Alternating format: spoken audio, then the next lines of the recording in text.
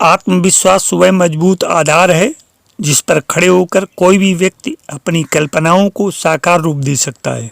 लेकिन दुनिया में अधिकांश लोग ऐसे हैं जिनमें इस आत्मविश्वास की कमी होती है, जिसके कारण किसी भी दिशा में वे अपने कदम आगे बढ़ाने से घबराते हैं, आशंकाओं से घिरे रहते हैं और स्वयं को कमजोर महसूस करते रहते हैं। ऐसे लोगों को सदैव दुनिया वालों की फिक्र होती है। उन्हें लगता है कि यदि वे असफल हो गए तो समाज में उनकी छवि खराब होगी। इसलिए ऐसे लोग किसी भी नए कार्य की शुरुआत नहीं कर पाते, पहल नहीं कर पाते और न ही किसी समूह का कुशल नेतृत्व कर पाते हैं। ये लोग नई सोच तो रखते हैं लेकिन उसे कार्य रूप में परिणत नहीं कर पाते। कार्य तो वे ही कर पाते हैं जिनमें प्रबल आत्मविश्वास होता है। चर्चित मनोवैज्ञानिक लुइस एल हे ने अपनी पुस्तक सेल्फ एस्टीम एफर्मेशंस में आत्मविश्वास को सफलता का मूल मंत्र मानते हुए कहा है, यदि व्यक्ति को कामयाबी हासिल करनी है तो आत्मविश्वास के इस कवच को धारण करना ही होगा। आत्मविश्वास होने पर मन में दृढ़ संकल्प मजबूत होता है, इच्छा शक्ति को बल मिलता है जो किसी भी कार्य को उसकी पूर्णता तक पहुंचाने में बहुत मददगार साबित होता है। केवल इसी के सहारे व्यक्ति ऐसे ऐसे कार्य कर जाता है जो ऐतिहासिक दृष्टि से उल्लेखनीय बन जाते हैं। ऐसी एक कहानी गालौर गया के दशरथ माझी की है, जिन्हें आज दुनिया माउंटेन मैन के नाम से भी जानती है। ये सच्ची कहानी एक ऐसे इंसान की है जिसे लोग सनकी मानते थे, उसके बारे में तरह तरह की बातें कहते थे, उसका मजाक उड़ाते थे, लेकिन उसने लोगों की परवाह नहीं की और अपने अकेले दम पर 22 साल तक पहाड़ को काटने का कार्य किया और 27 फीट ऊंचे पहाड़ के बीच से 30 फुट चौड़ा रास्ता बना दिया और इस तरह 80 किलोमीटर की वह दूरी जिसे पार करना लोगों की मजबूरी बन गई थी, 3 किलोमीटर में सिमट गई। दशरथ माझी का मजाक बनाने वाले गांव के किसी भी व्यक्ति में इतनी हिम्मत नहीं थी कि इस भगीरथ कार्य को करने के बारे में सोच भी सके। शुरुआत में दशरथ माझी का यह कार्य बहुत बड़ा था और इस कार्य के पूरा होने में कितना समय लगेगा इसका भी उन्हें कोई अंदाजा नहीं था, लेकिन अपने आत्मविश्वास के बल पर दशरथ माझी को जो प्रेरणा मिलती गई उसी के सहारे उन्होंने ये कार्य कर दिखाया, जिसकी सराहना आज पूरी दुनिया करती है। उसके कार्य की सफलता का उपयोग गांववासी करते हैं और मन से दशरथ माझी को साधुवाद देते हैं। एक ऐसी हिम्मत हेमिंग्वे की महानतम कृति the old man and the sea के किरदार सेंटियागो में थी। कहानी के अनुसार सेंटियागो अपनी छोटी सी नौका लेकर समुद्र में अकेला जाता है और प्रचंड लहरों शार्कों का 2 दिन और 2 रात सामना करते हुए एक बड़ी सी मछली पकड़ता है। सेंटियागो की कहानी प्रतीकात्मक है। वह छोटी सी नौका जिसे लेकर वह समुद्र में जाता है वह उसके प्रबल आत्मविश्वास का रूप है। समुद्र वह क्षेत्र है जिसमें उसे कड़ा संघर्ष करना पड़ता है। प्रचंड लहरों शार्कों से सामना वे भीषण परिस्थितियां हैं जिनसे बाहर निकलना आसान नहीं होता। समझदारी व बहादुरी के साथ ही इन्हें जीता जा सकता है। और बाद में सेंटियागो एक बड़ी सी मछली पकड़ता है। यह मछली उसकी वह बड़ी उपलब्धि होती है जो उसकी इस संघर्ष यात्रा की सफलता को दर्शाती है। हम सभी के जीवन में ऐसी कठिन परिस्थितियां पैदा हो जाती हैं जो समुद्र की तरह विशाल व उसकी प्रचंड लहरों की बात भीषण प्रतीत होती हैं। ऐसी परिस्थितियों से जूझने के लिए एवं उन पर विजय प्राप्त करने के लिए हमें आत्मविश्वास की जरूरत पड़ती है, जिसके सहारे ही समझदारी व बहादुरी से इन परिस्थितियों का मुकाबला किया जा सकता है। व्यक्ति जब स्वयं पर विश्वास करता है तो ही उसका आत्मबल प्रकट होता है और जिस व्यक्ति के अंदर आत्मबल कूट कूट कर भरा हुआ हो वह अपने लिए अनेक अवसर उत्पन्न कर लेता है और परिस्थितियों से जूझकर सफलता पाता है।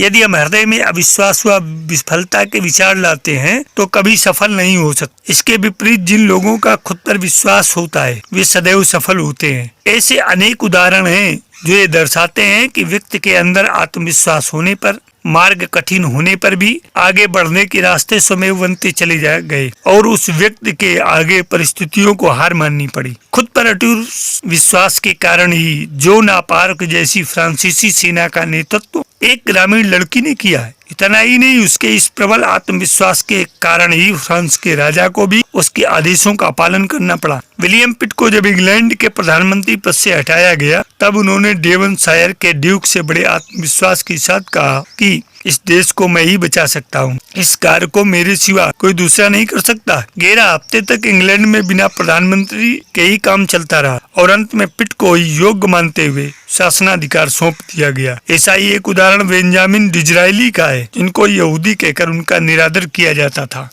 ब्रिटिश पार्लियामेंट के सदस्यों ने उनके तिरस्कार में कभी कोई कसर नहीं छोड़ी, पर वह उनके मध्य आत्मविश्वास के साथ बैठे रहे और इसी के बल पर वे इंग्लैंड के प्रधानमंत्री बने। अपना तिरस्कार करने वालों को भी उन्होंने वाह वाह करने पर मजबूर कर दिया। नेपोलियन, लूथर वेस्ले, बिस्मार्क और सेवोनरोला जैसे सामान्य लोग अपने प्रबल आत्मविश्वास के कारण महान लोगों की श्रेणी में आ गए और जीवन में आश्चर्यजनक सफलताएं प्राप्त कर सके। प्रसिद्ध मानव व्यवहार विशेषज्ञ ग्रेस फ्लेमिंग आत्मविश्वास को सफलता की कुंजी मानते हैं। अपनी चर्चित पुस्तक बिल्डिंग सेल्फ कॉन्फिडेंस में उन्होंने कहा कि यदि मनुष्य अपना आत्मविश्वास बढ़ाना चाहते हैं तो सबसे पहले वे अपनी कमजोरियों को पहचानें तथा उन्हें दूर करने की खुद में शक्ति पैदा करें। ये कमजोरियां हमारे व्यक्तित्व में किसी भी प्रकार की हो सकती हैं, जैसे हमारा खराब स्वास्थ्य, रूप रंग, पारिवारिक पृष्ठभूमि, रहन सहन, वजन, गुण, बुरी आदतें तथा गरीबी आदि। हमें अपनी कमजोरियों की तह में जाकर इनके कारगर समाधान ढूंढने चाहिए। अपनी इन कमजोरियों का मुकाबला करने में सबसे पहले हमें डर लगेगा, लेकिन इस डर को दूर करके ही हम अपनी कमजोरियों को दूर कर सकेंगे और अपने आत्मविश्वास को बढ़ा सकेंगे। कमजोरियों को जानना ही जरूरी नहीं, बल्कि इनके भीतर की शक्ति को तलाशना भी आवश्यक है। हर व्यक्ति दुर्लभ प्रतिभा लेकर संसार में आता है। उस नैसर्गिक प्रतिभा से आत्मविश्वास की पूंजी में विस्तार संभव है। व्यवहार विज्ञानियों का मानना है कि यदि हम प्रसन्न मुखों से योग व भ्रमण करें तो हमारे स्वास्थ्य में वृद्धि होती है। हंसने से नकारात्मकता समाप्त होती है। दूसरों की प्रशंसा से व्यक्ति स्वयं प्रशंसित होते हैं। पर्याप्त योग व नींद से हमारे व्यवहार में चमत्कार दिखाई देता है। स्वाध्याय से मन ऊर्जावान बनता है और उपासना से स्वयं को समझना आसान होता है। ऐसे बहुत सारे छोटे छोटे उपाय हैं जिनके माध्यम से हम अपनी कमजोरियों को जानकर उन्हें दूर कर अपने आत्मविश्वास को बढ़ा सकते हैं। हम सभी के जीवन में ऐसे पल आते हैं जिनमें हम द्वंद्व की स्थिति में होते हैं, निर्णय लेने में असमंजस में होते हैं और इस अनिर्णय की स्थिति के कारण हम वह अमूल्य समय व्यर्थ कर देते हैं जिस पर कदम रखकर हम न जाने कहां पहुंच सकते थे, ऊंचाइयों तक जा सकते थे और कुछ विशेष कर सकते थे। द्वंद्व की स्थिति में रहने वाले लोगों को इस प्रकृति की आदत सी पड़ जाती है और वे द्वंद्व की स्थिति से निकलना तो चाहते हैं लेकिन निकल नहीं पाते। कई लोग ऐसे होते हैं जो द्वंद्व से न उबरने के कारण जीवन में आने वाली विषम परिस्थितियों से समझौता कर लेते हैं। उनके मन में द्वंद्वात्मक व विपरीत परिस्थितियों से बाहर निकलने का विचार तो आता है,